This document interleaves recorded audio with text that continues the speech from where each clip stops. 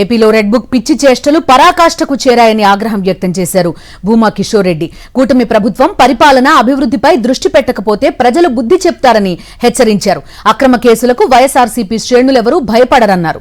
వైఎస్ఆర్సీపీ హయాంలో ఆళ్లగడ్డతో పాటు రాష్ట్రంలో అభివృద్ధి పరుగులు పెట్టిందని చెప్పారు. ప్రస్తుత ప్రభుత్వంలో అభివృద్ధి కుంటుపడిందని మండిపడ్డారు భూమా కిషోర్ రెడ్డి. వెన్నుపోటు పొడవడము మా నాయకుడికి లేదు కాబట్టి ఈ రోజు కూడా ఆ ఫాలోయింగ్ ఉంది. ఎంత దారుణం అండి. రోడ్లు వేయాల్సిన ప్రభుత్వాలు ఈ రోజు రోడ్లని దోగుతున్నారు. అంటే ఏంటి, కార్యకర్తలు బైక్లలో వస్తున్నారు, పొలం రూట్లలో పల్లెదారులలో వస్తున్నారని చెప్పేసి ఆ రోడ్లు దున్నడం ఏంటి? మీ రెడ్ బుక్ రాజ్యాంగానికి ఒక పిచ్చి పెట్టి రాష్ట్రకీయంగా పరాకాష్ఠకి చేరింది. లోకేష్ గారు రోడ్లు దోవడం ఏంటండి? దీన్నే పైత్యం అంటారేమో. ఎవరు ఇప్పుడు కనీసం బూడ్చే దిక్కులేదు. నిన్న దోగిపోయినారా, ఈరోజు ఎవరు బూడుస్తున్నారు వాళ్ళని?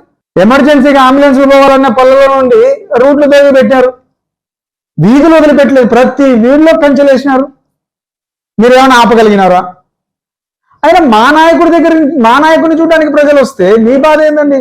మీకు ఎవరు రావట్లేదనా? ఈ అక్రమ కేసులు పెట్టుకుంటా అందరినీ ఇబ్బంది పెడుతూ ప్రతి ఒక్క చోట ఇదే ఇబ్బందులు అయిపోతున్నాయి.